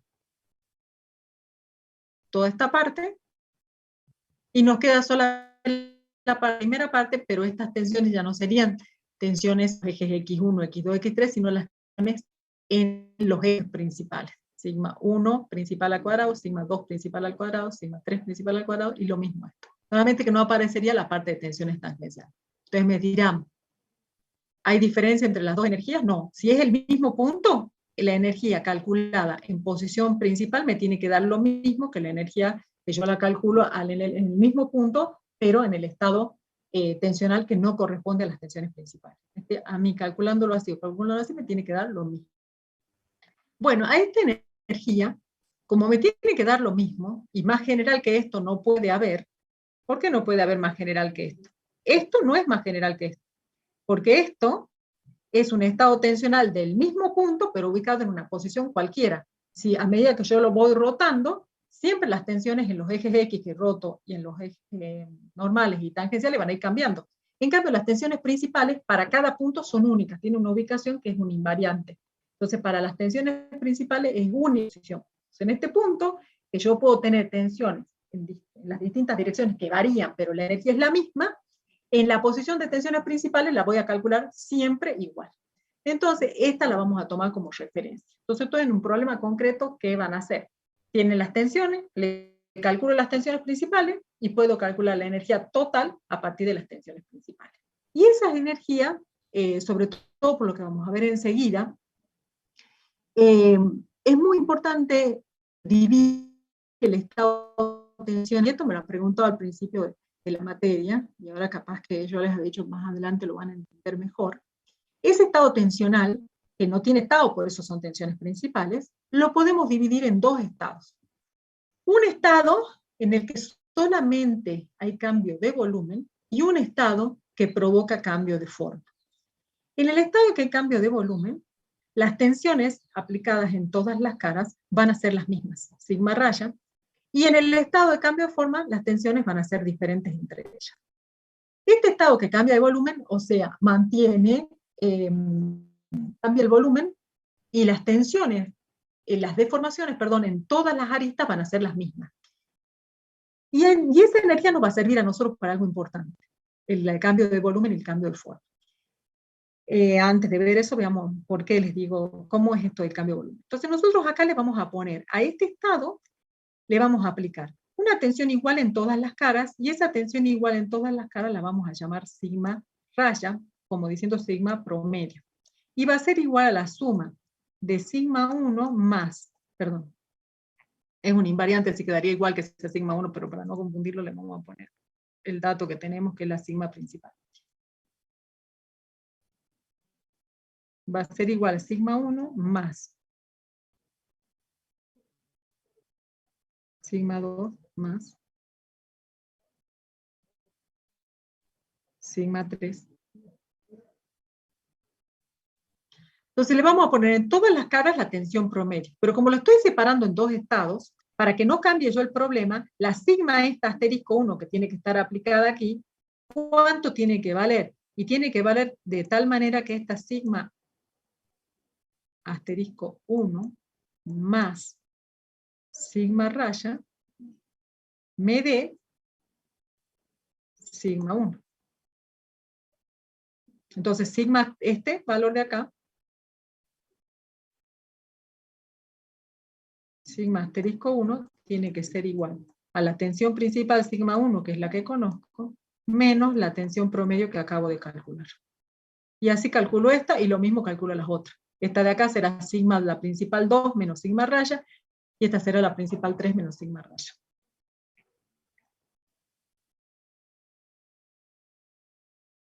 Entonces, este que tiene sigma raya en todas las caras, provocará una deformación epsilon raya, en todas las caras.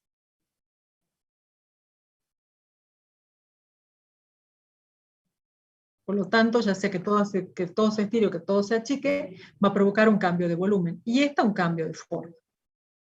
Para que nosotros estemos seguros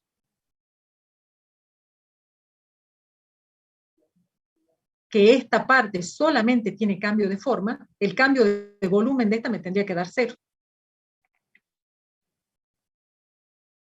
Entonces,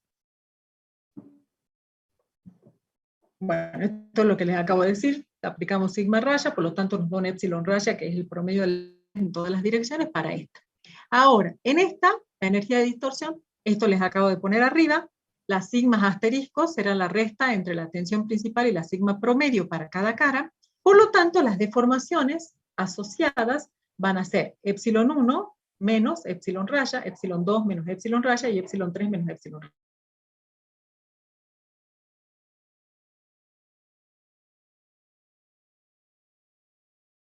Perdón, ya no. El cambio de volumen se podría calcular como la suma de las 3 deformaciones, epsilon 1 más epsilon en la otra cara, más epsilon en la otra cara. Así se calculaba la energía de deformación, la deformación volumétrica o la deformación, la deformación volumétrica, ¿no? El cambio de volumen sobre el volumen. Entonces, si a mí en el estado este la deformación volumétrica me da 0, quiere decir que toda la deformación es de distorsión o de cambio de forma. Entonces, si sumamos epsilon 1 asterisco, en este caso, epsilon 1 asterisco, que sería la deformación en un eje, más epsilon 2 asterisco, que es la deformación en otro eje, más la deformación 3 asterisco, que es la deformación en el otro eje. La sumamos a estas 3, ustedes reemplacen epsilon 1 acá, epsilon 2 y epsilon 3, menos 3 veces epsilon raya, que sería la suma de estas 3 cosas, y 3 veces epsilon raya es 3 por esto, el 3 que se cancela con 3, y les queda restado epsilon 1 más epsilon 2 más epsilon 3, menos estos 3. Entonces da efectivamente 0 la deformación volumétrica en este estado. Quiere decir que para este estado es todo efectivamente distorsión, y para este estado es todo efectivamente cambio de volumen. Entonces, la energía total esta que tenemos aquí, ya la hemos calculado recién. Esta la acabamos de calcular.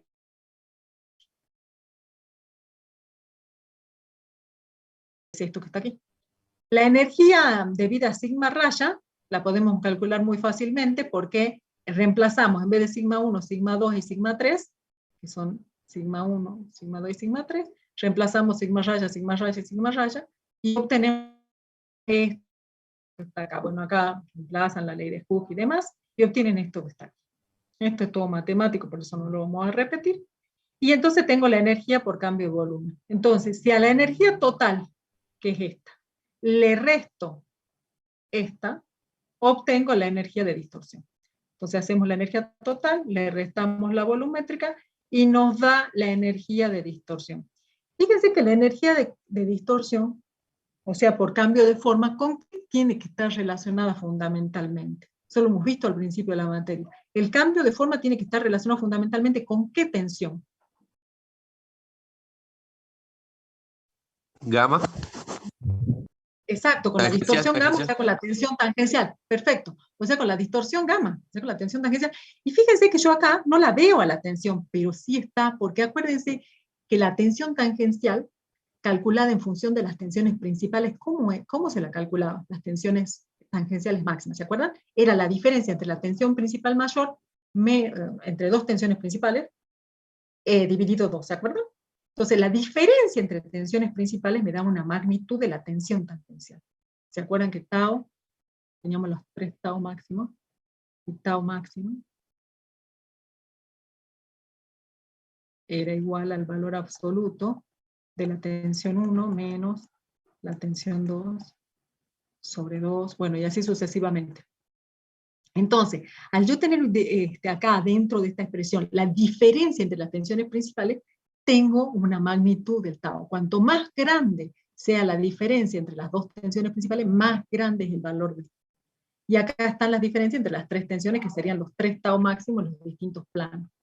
Entonces, efectivamente, esto tiene que ver con la energía de distorsión. Entonces, esto lo vamos a usar ahora para lo que se llaman los criterios de resistencia. Entonces, bueno, y acá está simplemente esta ecuación, que es la ecuación general puesta para el caso que tengamos un estado plano de tensión. En el caso de tensiones planas, una de las tensiones principales es 0, ¿no? Entonces, por ejemplo, que sigma 3 sea igual a 0, y que sigma 3 sea igual a 0, entonces directamente nos queda sigma 1 menos sigma 2 al cuadrado, más sigma 1 al cuadrado, más sigma 2 al cuadrado. Y después, bueno, este cuadrado está desarrollado acá, desarrollamos el cuadrado, sacamos factor común a algunas cosas y queda esto. Pero esta es la expresión general. Bueno, y ahora vamos a pasar a ver los criterios de resistencia. O, que bueno, vamos a tratar de terminar, pero 2 minutitos, chicos, 3 minutitos. ¿Me esperan 3 minutos? Bueno. Sí, profe.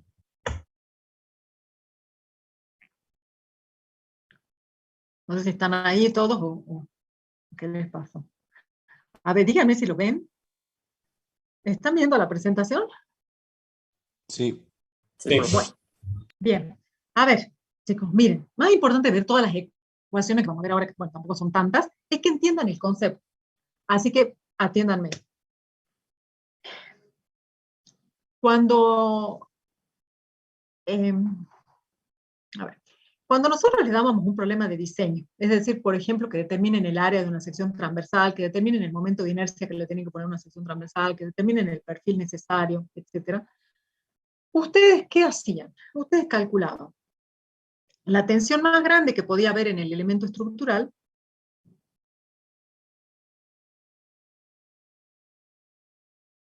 la tensión más grande que podía haber. Por ejemplo, si estaba sometido a flexión, calculaban sigma, y ese sigma se fijaban que sea menor o igual que la tensión límite. Y como estaban en un problema de diseño, lo dividían en un coeficiente de seguridad. Y esta sigma máxima era función del momento de inercia, o en función del momento, o en función del área, si era esfuerzo axial o si era un momento flexible. Ahora, y esta sigma límite podía ser la tensión de fluencia, si estábamos en materiales dúctiles, o la tensión de rotura, si estábamos en el caso de materiales frágiles. Pero ustedes, ¿qué hacían? Ciertamente, si nosotros le decíamos la tensión sigma de fluencia tal, ustedes calculaban la tensión sigma más grande, por ejemplo la principal, y la comparaban con la tensión que nosotros les dábamos de dato. Ahora yo le hago la siguiente pregunta. ¿Por qué comparar la tensión sigma con la sigma de fluencia? ¿Qué hubiera pasado si yo en vez de darles de dato la tensión sigma, les hubiera dado un problema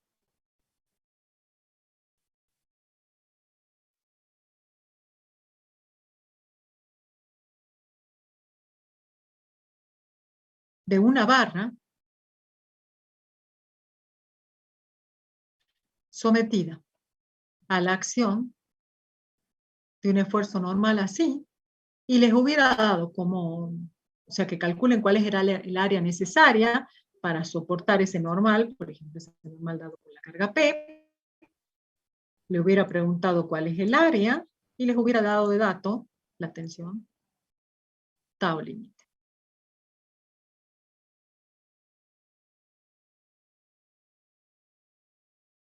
¿Qué hubieran hecho para calcular el área?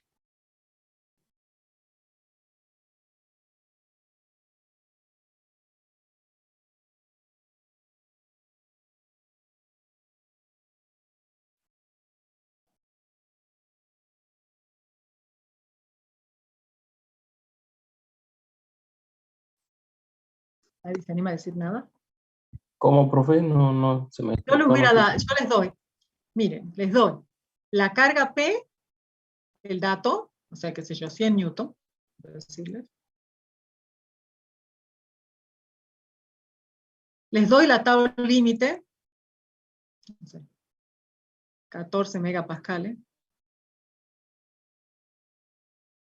les doy el coeficiente de seguridad,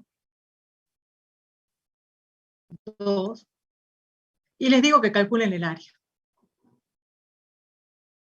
¿Qué hubieran hecho ustedes para calcular? Porque si yo el dato que les doy es sigma límite, no tienen problema. Hacen la tensión que tengo es el normal sobre el área, el normal lo tengo de dato porque son 100 newton, y esto tiene que ser menor o igual que la sigma límite. Si esto en vez de ser tau límite hubiera sido sigma, hacen 14 dividido 2, 7, menor o igual que 7, y despejan el área. ¿Sí o no? Chao. Porque tengo la sigma de trabajo máxima y tengo la tau, la sigma admisible. Ahora, pero yo en vez de darle sigma de datos les doy tau. ¿Cómo hacen?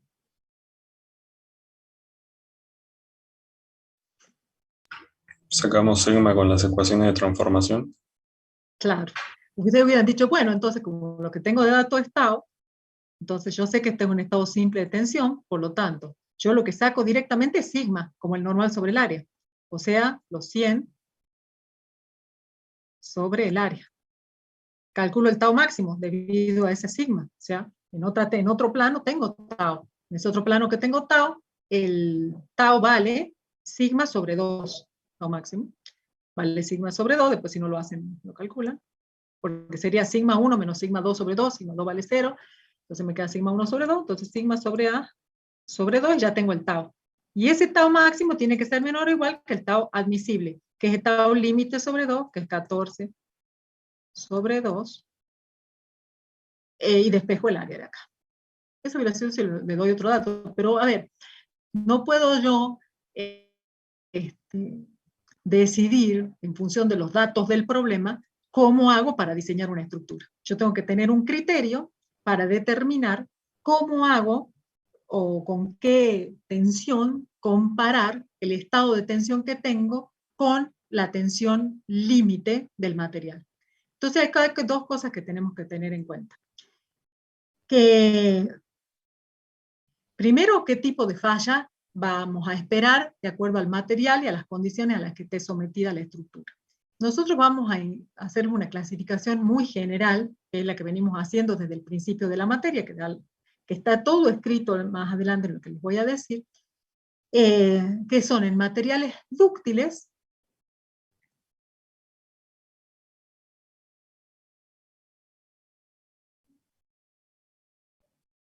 y en materiales frágiles.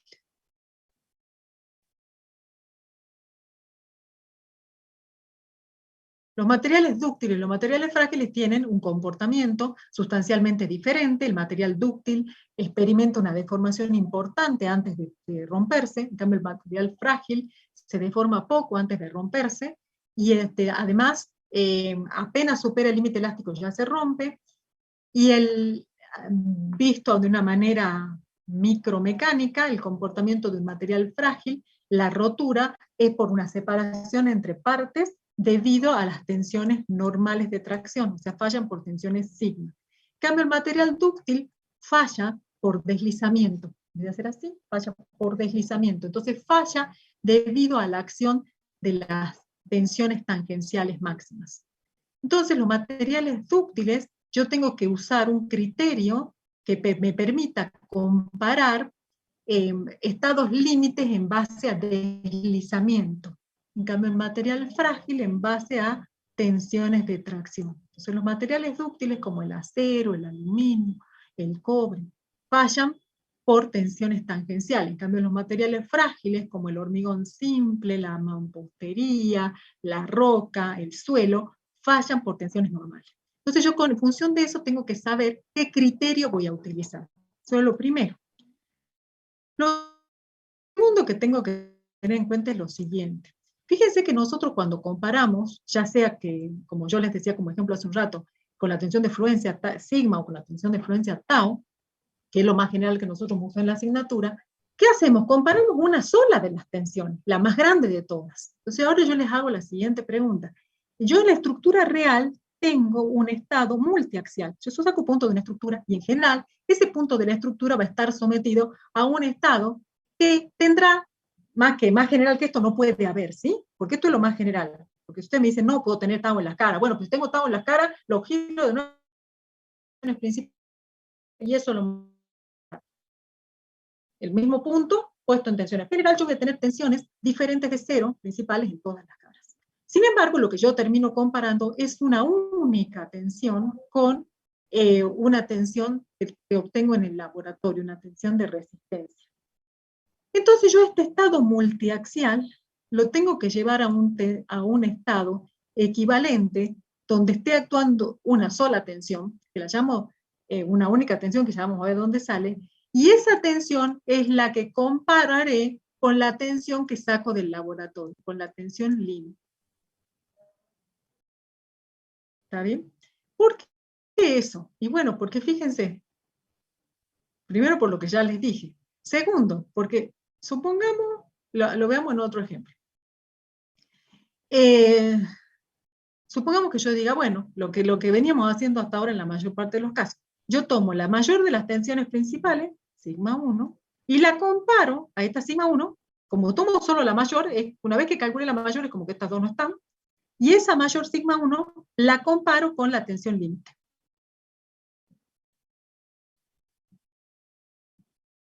Con eso diseño o saco la tensión de trabajo, el factor de seguridad de trabajo, lo que fuera. Pero ¿qué pasa con las otras dos? No les estoy llevando el apunte a las otras dos. Entonces, miren, lo vamos a hacer con el círculo de Mohr porque es más fácil de ver que con las ecuaciones en este caso. Si nosotros hacemos el círculo de Mohr, supongamos que tengamos un estado plano, o sea, ni siquiera tengamos sigma 3. Trabajemos solamente con sigma 1 y sigma 2. Entonces yo hago el círculo de Mohr y me queda, esto es sigma 1, y esto es sigma 2. Entonces, supónganse que esto es, acuérdense, esto es el provocado por las cargas exteriores. Y el sigma límite es lo que yo saco del laboratorio. Entonces, si de alguna manera yo trabajo con las cargas exteriores de manera que en el punto mantengo sigma 1 constante, pero hago crecer el valor perdón, no crecer, decrecer el valor de sigma 2, de sigma 2 lo hago cambiar de manera que sea más chico, entonces este sigma 2 se va para acá, y sigma 1 lo mantengo constante. Entonces, ¿qué va pasando con esto?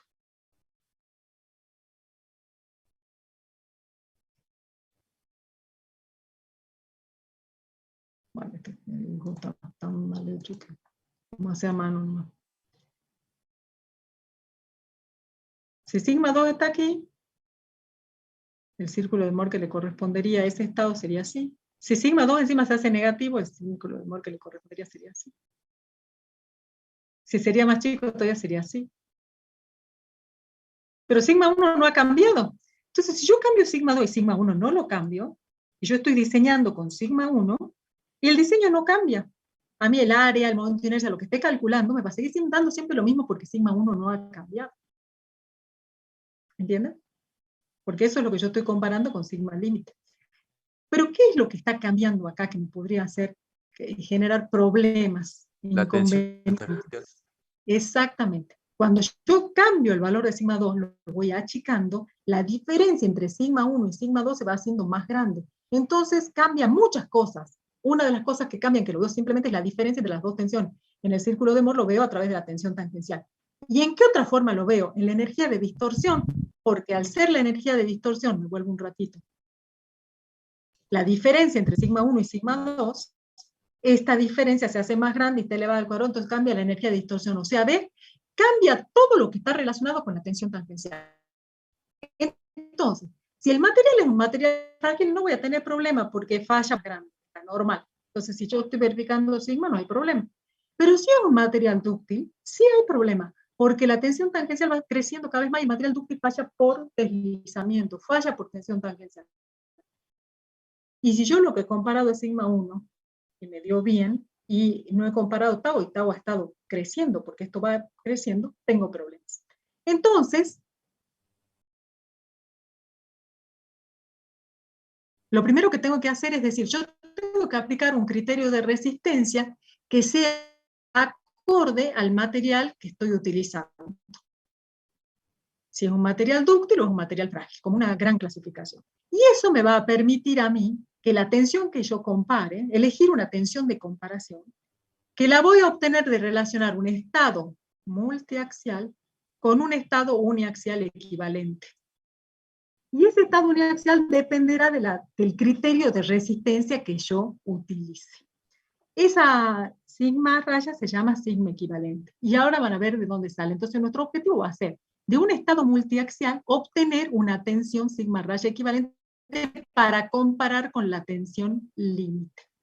Esto, la tensión límite, lo saco del laboratorio.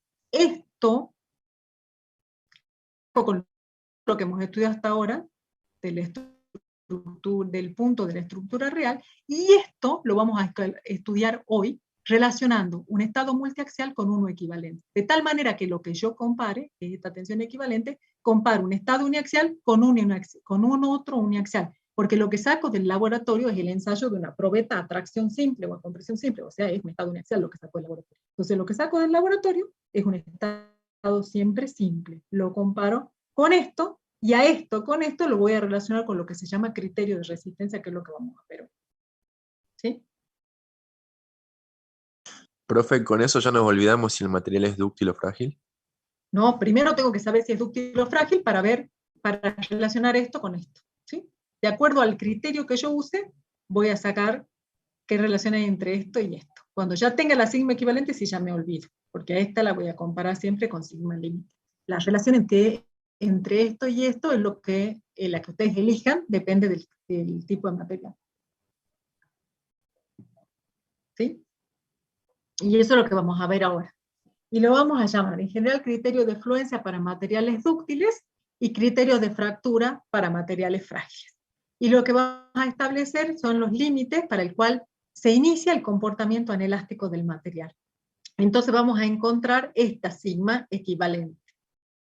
Esto es lo que vamos a encontrar. O sea que vamos a hacer una ley que establezca la vinculación entre esto y esto. Van a ver que todo lo que hagamos desde ahora hasta el tiempo que nos dé, tenemos 5 minutos, pero si no ya, en todo caso el jueves les doy un ratito.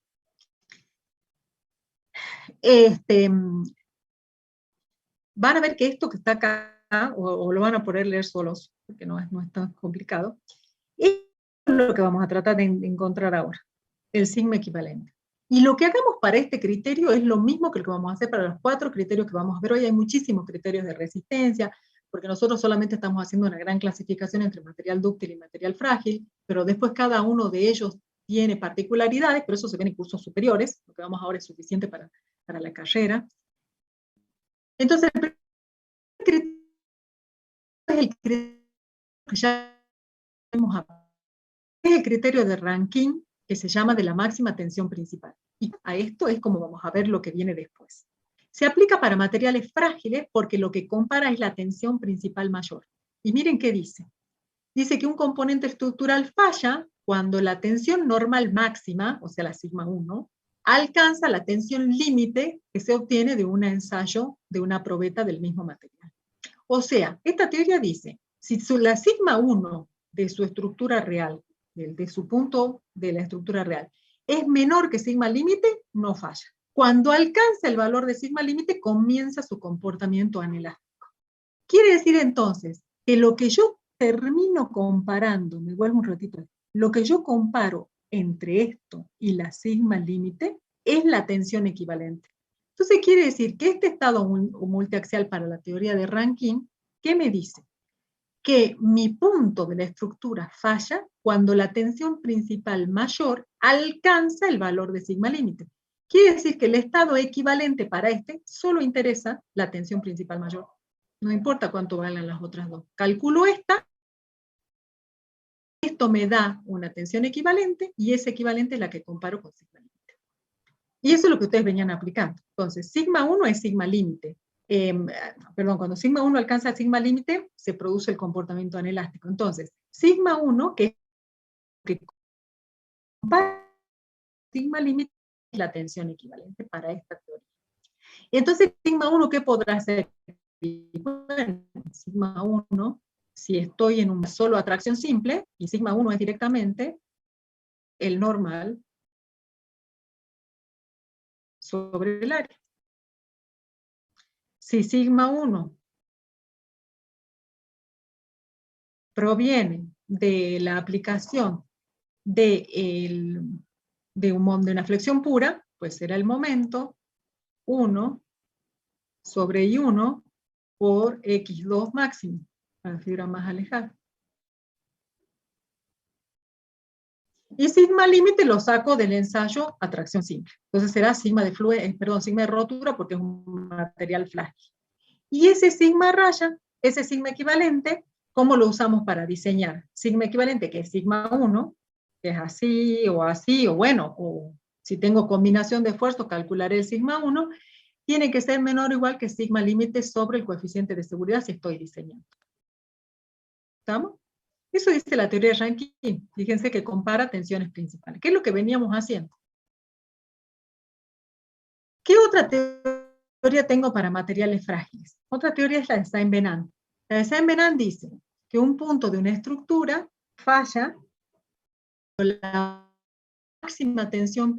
la máxima deformación principal longitudinal, que una deformación longitudinal también está relacionado con la tracción, alcanza el valor de la deformación límite. Fíjense que comparo deformación con deformación. La deformación límite obtenida en un ensayo de tracción simple. Entonces, ¿cuánto vale epsilon 1 en la estructura real? O sea, en este punto, ¿cuánto vale epsilon 1? Y si es un estado multiaxial, vale sigma 1 sobre E menos Poisson sobre E por sigma 2 más sigma 3. ¿Y cuánto vale el epsilon límite en un ensayo? Como en un ensayo de tracción simple es un estado simple de tensión, solamente tengo normal en esta dirección, vale la tensión límite sobre el módulo elástico. ¿Sí? Entonces se simplifican los módulos elásticos, y sigma límite, que es lo que termino comparando, sigma límite con todo esto. Entonces, la teoría de Saint-Venant, la tensión equivalente es esta relación de tensiones principales. ¿Estamos? Fíjense que siempre llegamos a la conclusión de comparar una tensión equivalente con una tensión límite. Pero la tensión límite es la que sale del laboratorio. Solamente que ahora, como estoy calculando la deformación límite, será sigma límite sobre el módulo elástico. Entonces, para esta teoría, sigma equivalente es sigma 1 menos ni por sigma 2 más sigma 3. Y sigma 1 estará relacionado con las cargas exteriores, sigma 2 también y sigma 3 también. ¿Me siguen?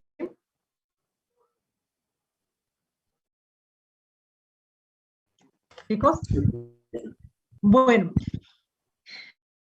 yo les voy a pedir que lo lean a esto hasta el principio de la clase del jueves.